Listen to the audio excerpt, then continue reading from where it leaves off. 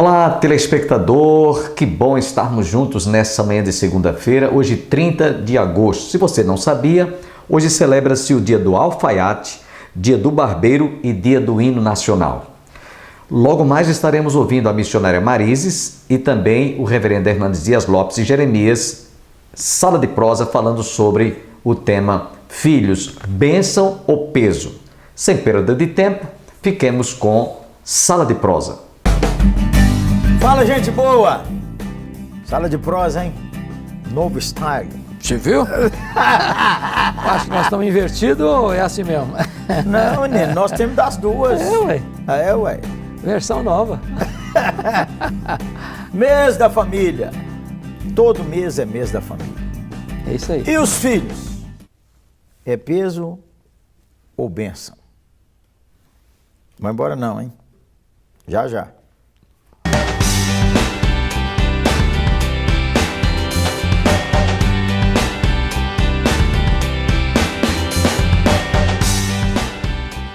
Herança do Senhor são os filhos, e o fruto do ventre o seu galardão. Como flechas na mão de um guerreiro, assim são os filhos da mocidade. Bem-aventurado o homem que enche deles a sua aljava. Não serão confundidos, mas falarão com seus inimigos à porta. Os teus filhos, como plantas da oliveira à roda da tua mesa. Eis como será abençoado o homem que teme o Senhor. O Senhor te abençoará desde Sião, e tu verás o bem de Jerusalém todos os dias de tua vida, e verás os filhos de teus filhos, e a paz sobre Israel. Tá valendo ou não? Pegou pesado, hein? Esse é um fato curiosíssimo, né, pastor? Porque os filhos são bênção de Deus e Deus deu uma ordem ao primeiro casal: crescei e multiplicai, enchei a terra. Algumas pessoas argumentam, bom, mas a terra está cheia demais já. Em alguns países, como a China, até recentemente, era um filho só. Em massa. Ou ter um filho só.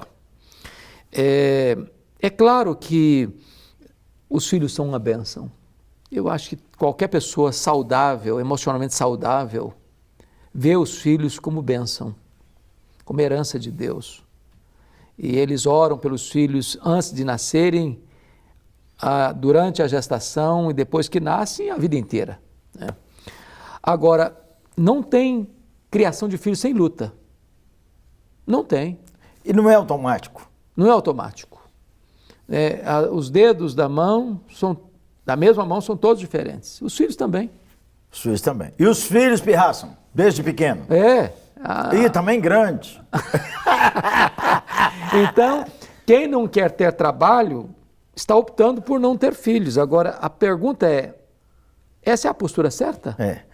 Uma dona me perguntou assim, nós não estamos discutindo o assunto, só estou contando o caso. O que o senhor acha de eu tatuar o nome do marido no braço? Eu falei, melhor dos filhos. Porque depois de repente essa lista vai ficar muito grande. Não existem ex-pais. E é isso aí. Pais são pais para sempre. Olha, tem gente que diz assim, mestre, esse tempo da pandemia é muito difícil, não pode ter filho não. Melhor ter cachorro. É um fato curioso que parece-me, e esse dado eu acho que é verdadeiro, que está se gastando mais hoje com os pets que com os bebês. As pessoas estão preferindo ter cachorro e gato e outras coisas mais do que ter filhos. Não é que nós sejamos contra ter cachorro e gato, não, pets. Se tiver, deve cuidar. A palavra do Senhor diz que... Mas estamos vivendo uma inversão de valores, não estamos? Varão, eu li semana passada que em Milão você tem mais cachorro do que crianças. Em Milão. Porque os casais, agora casais cristãos, ao pensar em construir seu casamento, precisam considerar diante do Senhor ter filhos, porque essa é uma palavra eterna. E eu li, varão, uns 2 anos atrás, que os muçulmanos disseram que não precisavam esquentar a cabeça com os cristãos. Os cristãos não querem ter filhos. E eles vão tomar conta do mundo gerando filhos. O livro A Encruzilhada do Ocidente, de Marius Bar, que é uma das melhores obras sobre esse assunto, disse que as famílias muçulmanas têm este entendimento como fator missionário deles. Porque os cristãos, em média, na Europa, no Ocidente, estão, em média, com 1,5, 2 filhos por família. Enquanto eles estão na média de 8 por família. Se você pensar em 100 anos, eles dominam o mundo, nesse quesito religioso. Não precisa nem brigar. Então, eu recomendo, como servo do Senhor, que você ore e que você considere, minha filha, e você, santo varão, ter filhos. Pode ser que o Senhor não dê. Às vezes a pessoa não queria ter filho e tem um filho. Às vezes um queria ter filho e não tem um filho.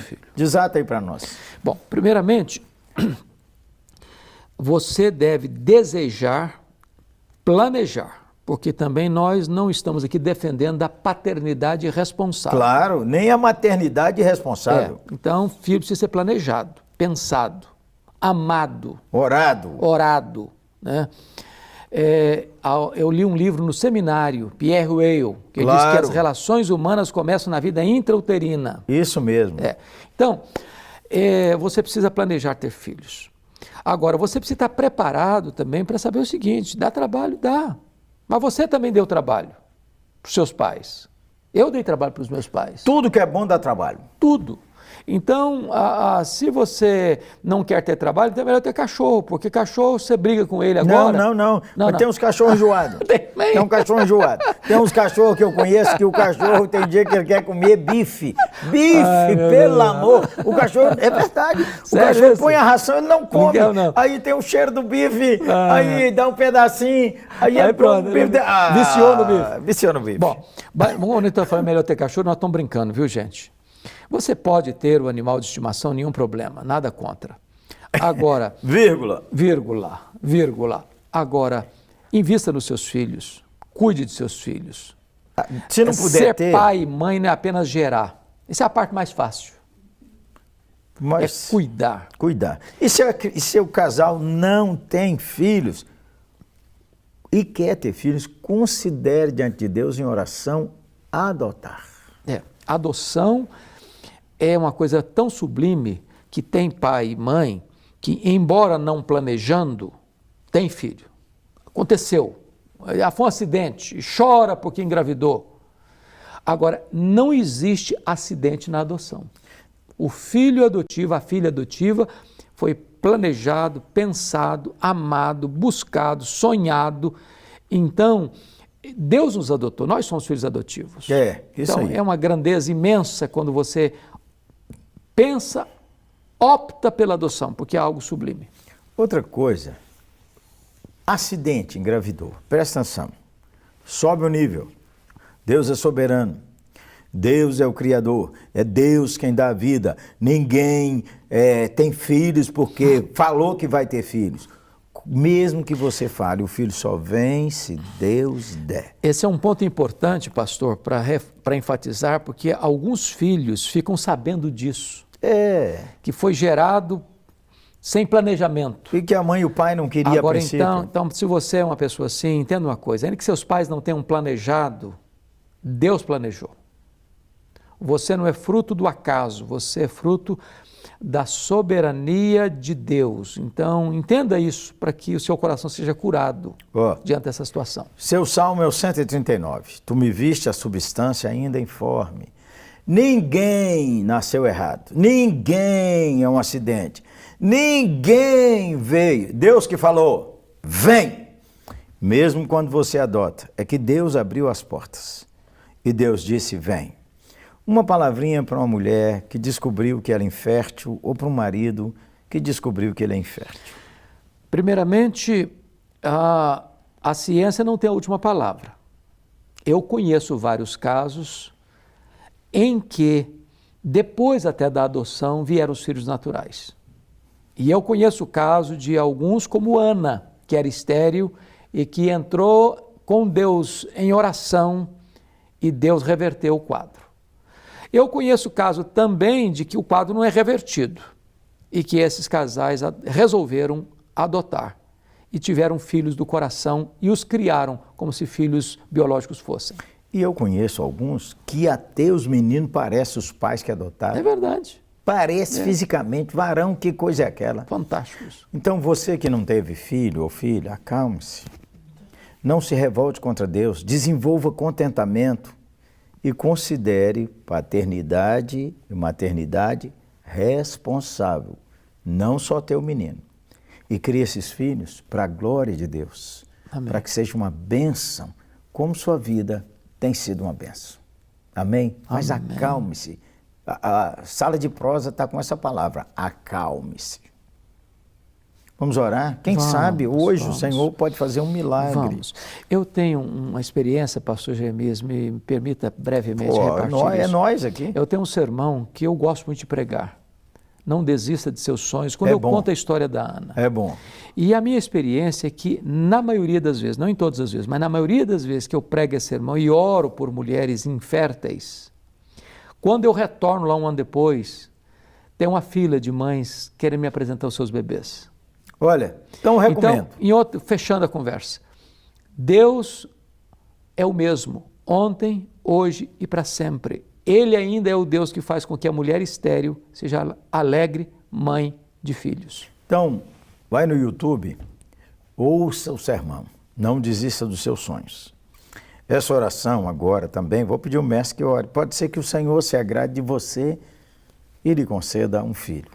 E se você que não quer ter filhos, engravidar, não considere um erro. É bondade do Senhor. Vamos orar? Vamos. Posso orar então, né? Por favor. Deus, Tu conheces cada pessoa que está nos assistindo agora. Tu conheces aquela mulher, aquele homem, aquele casal que anseia ardentemente receber uma criança em sua casa. Deus, Tu sabes que muitas vezes é a mulher, muitas vezes é o homem que tem o problema da infertilidade. Meu Deus. Mas nós cremos, Deus, que a última palavra é Tua. Amém. Que se Tu quiseres, Tu podes curar. Amém, Senhor. Como Tu tens curado ao longo dos séculos. Então nós estamos aqui te pedindo humildemente, opera este milagre. Sim, Senhor. Realiza esse sonho. Amém. Manifesta a Tua glória. Sim, Deus. Manifesta um sinal do Teu poder e alegra este casal, Senhor, para que eles possam receber das Tuas mãos herança Tua, que vão ser uma bênção, meu Deus, na criação de filhos, presente Teu, milagre Teu, manifestação da Tua majestade e do Teu poder e da Tua graça. Glória ao Teu nome, porque Tu és o nosso Deus. E nós queremos criar os nossos filhos nos Teus caminhos, para o louvor da Tua glória, para que eles sejam vasos de honra, cheios do Espírito Santo. Amém, Senhor. Em nome de Jesus. Amém. Amém. Deus te abençoe mais e mais. Abração, gente.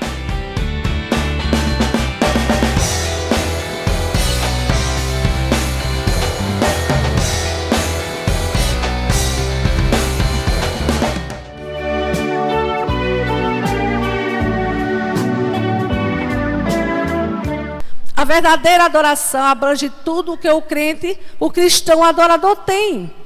Isso vai o trabalho, vai a família, os bens, o dinheiro, o poder, tudo aquilo que a gente tem é preciso ser canalizado para a glória de Deus. Porque é Deus que nos dá. Nós não temos nada de nós mesmos, nada. Tudo o que temos é do Senhor. Então, a gente sabe os nossos deveres, as nossas responsabilidades em relação à nossa família. Quem lê a palavra de Deus, ouve a palavra de Deus, sabe. Não é?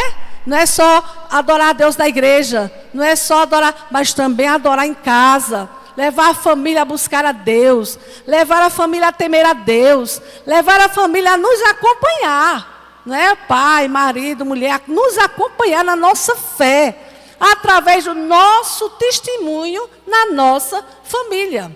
Irmãos, nunca vamos ter um testemunho perfeito. Quem é que tem? Ninguém, não é verdade?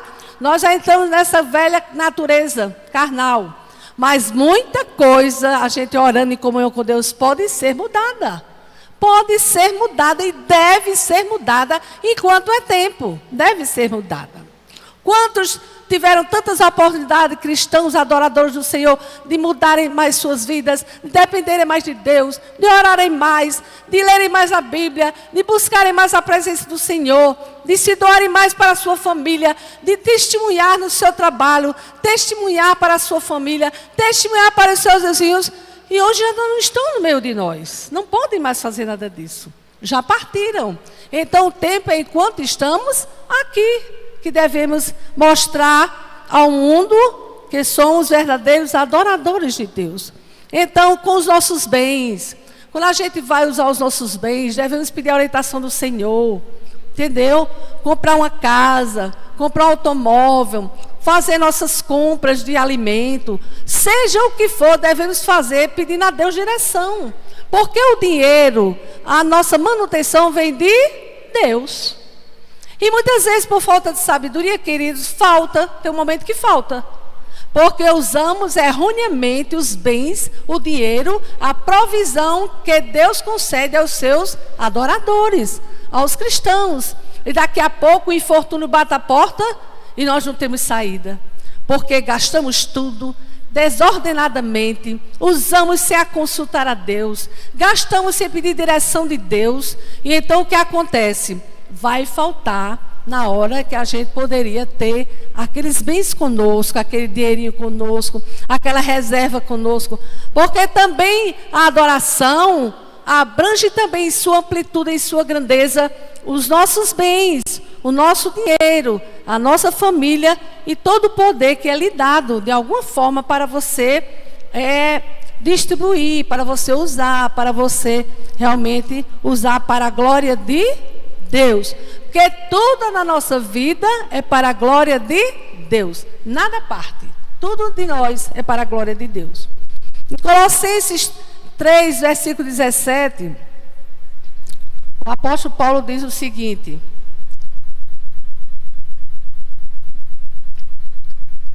e tudo quanto fizerdes, seja em palavras, seja em ação, fazei em nome do Senhor Jesus, dando sempre por Ele graças a Deus Pai. Tudo precisamos da graça.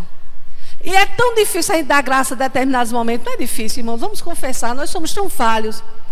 Olha, mas a palavra de Deus nos ensina assim: em tudo dai graças, porque essa é a vontade de Deus para convosco.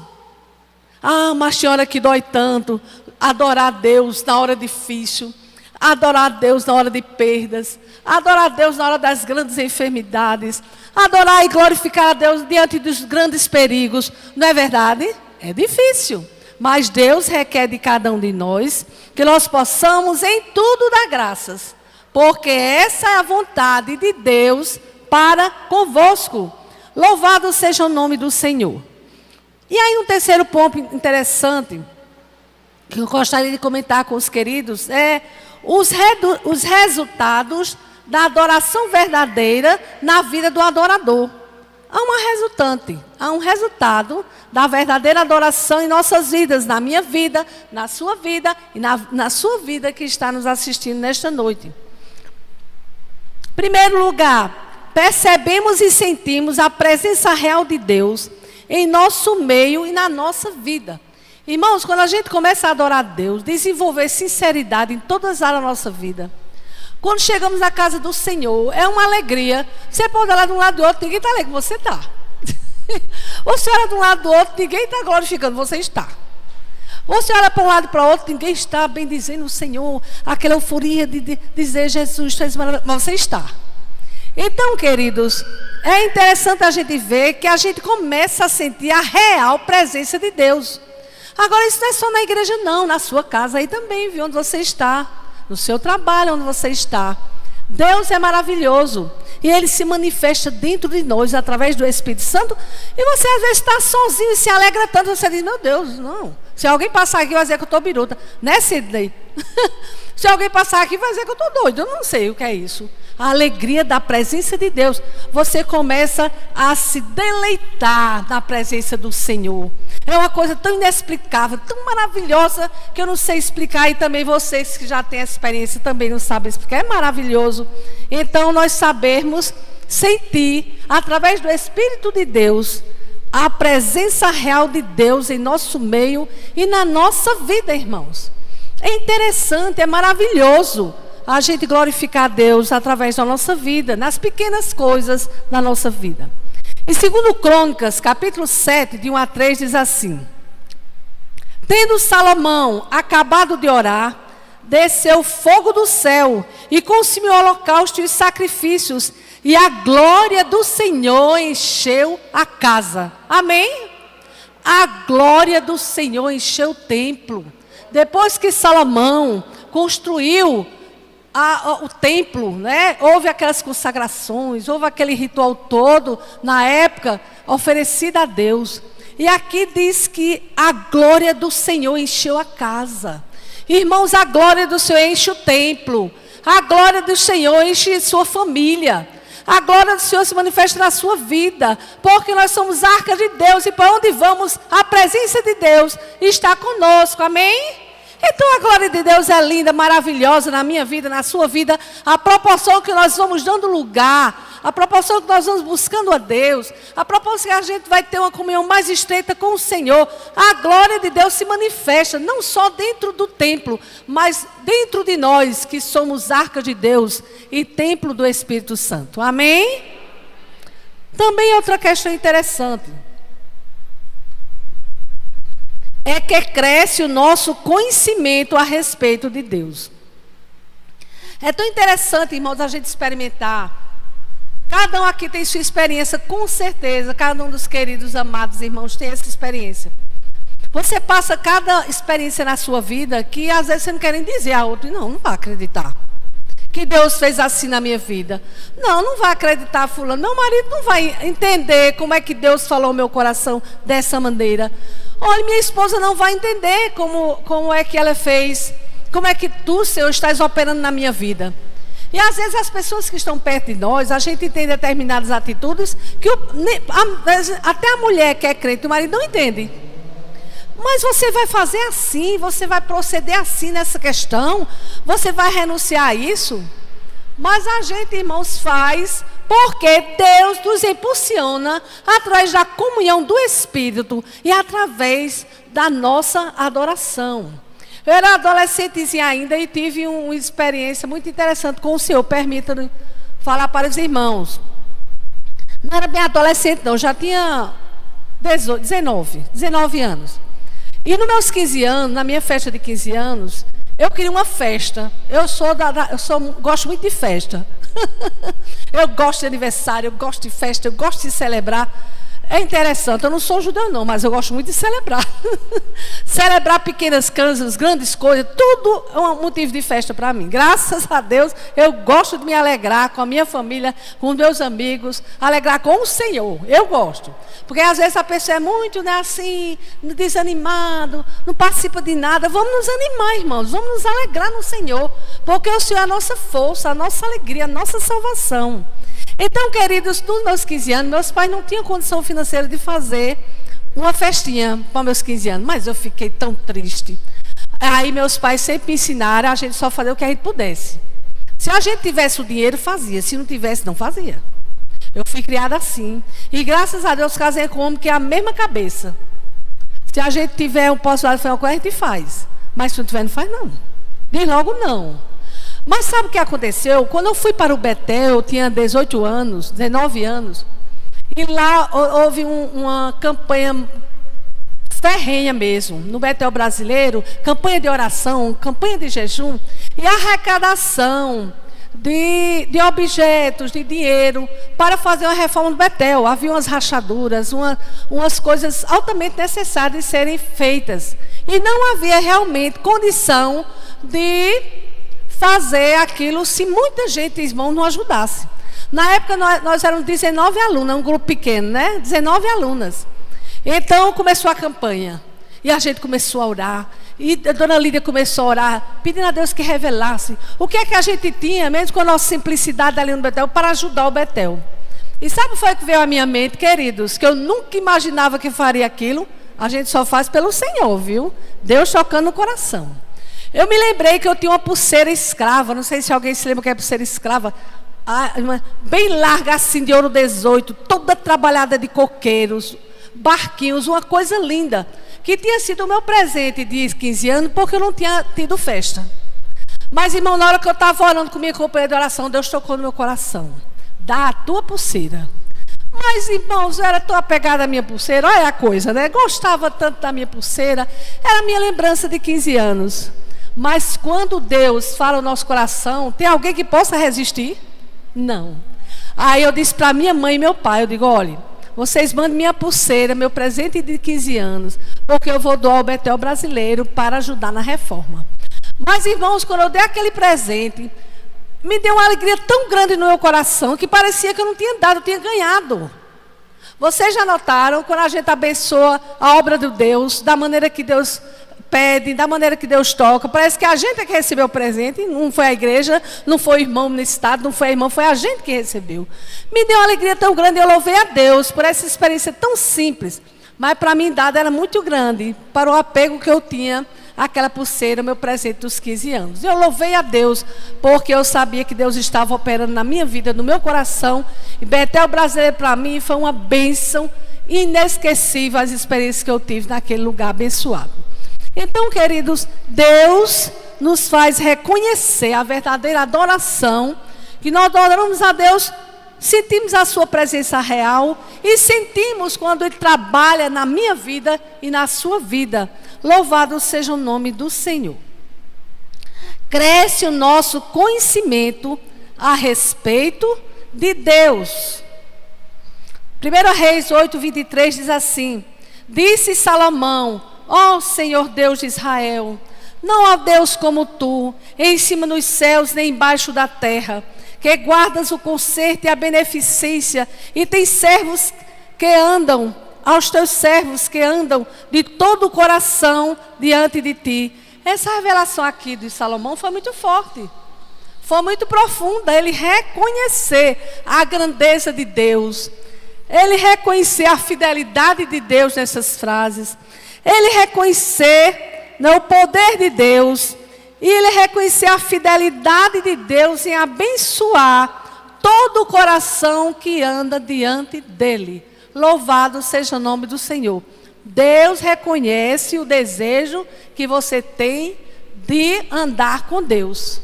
Deus reconhece o desejo que você tem de cooperar com a obra de Deus, de adorar a Deus, glorificar a Deus, através das suas ofertas, através dos seus atos. Deus reconhece o seu coração, o desejo que você tem de servir mais a Deus. Deus conhece todas as coisas. E a gente ter esse conhecimento de Deus, irmãos, é a proporção que nós glorificamos a Deus, a proporção que nós adoramos a Deus verdadeiramente. O Espírito do Senhor trabalha desta maneira no meu coração e no seu coração. Trabalha também no coração de você que está nos assistindo nesta noite. Mas, queridos, em último lugar, eu gostaria de chamar a atenção a uma coisa interessante. A amplitude, o resultado da adoração verdadeira na vida do adorador é que somos motivados à santificação. Olhe, uma palavra um pouco desusada, pastor Júnior, em nossos dias em muita igreja é santificação. Santificação é pecado. Há muitas igrejas que não falam mais. Se falar, o presbítero sai da igreja.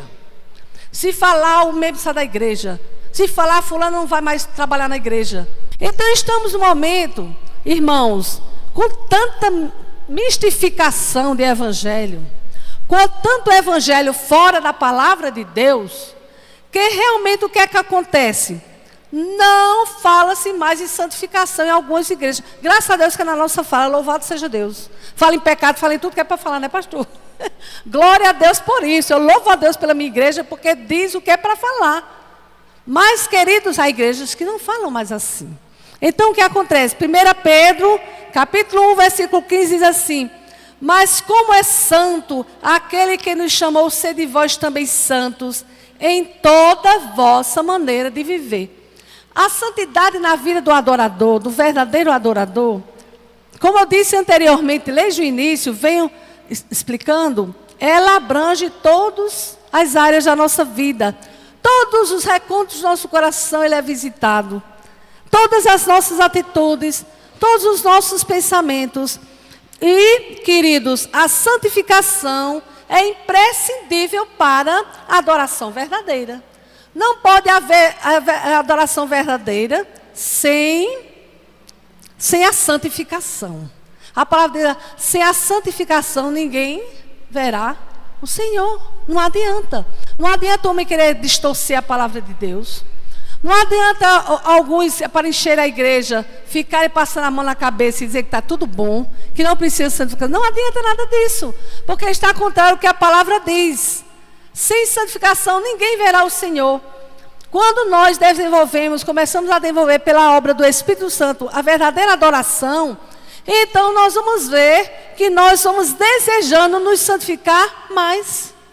Irmãos, tem um hino que diz os salmos, e não no seu número decorado, mas diz assim: quantos que corriam bem, de longe agora vão.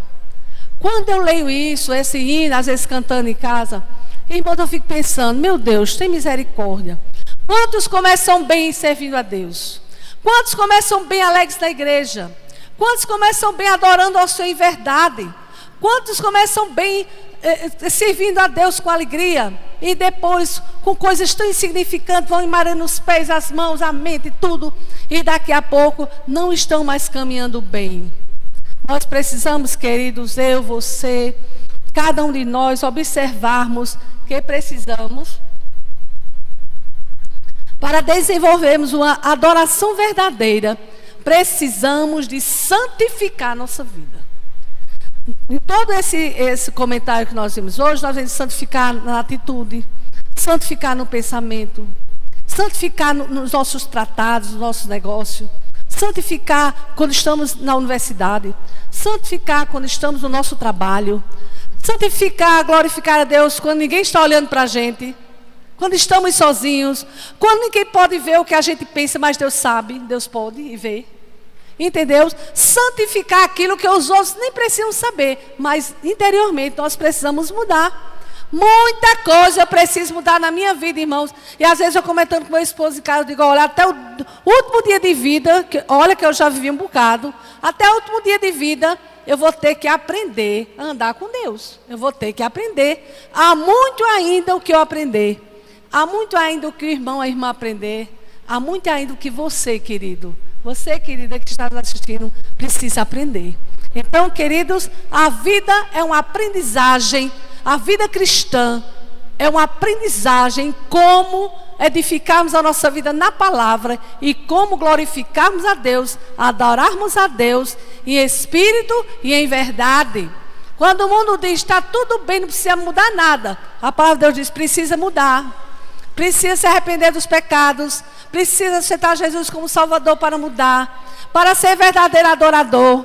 Hoje temos adoradores que gritam, que pulam, que levantam a mão, entendeu? Mas faz muita coisa. Mas muitos adoradores, quando saem daquele ambiente de adoração, deixam de ser seguidores de Cristo. Deixam de ser adoradores. Então, queridos, queridas, vamos observar o que a Bíblia nos ensina. E não o que os homens, se a direção de Deus, estão ensinando. Mulheres, se a direção de Deus, estão ensinando. Mas vamos observar o que a palavra de Deus faz. Não é? Lá nos Salmos diz, lâmpada para os meus pés é a tua palavra e luz para o meu caminho. Através da palavra de Deus, nós somos iluminados. Através da palavra de Deus, nós somos santificados. Através da palavra de Deus, nós aprendemos a adorar ao Senhor em espírito e em verdade. Amém? Que Deus nos abençoe. Amanhã você está convidado a continuar conosco. Tenham todos um bom dia. Que Deus abençoe a sua vida, o seu coração e toda a sua família. E até amanhã.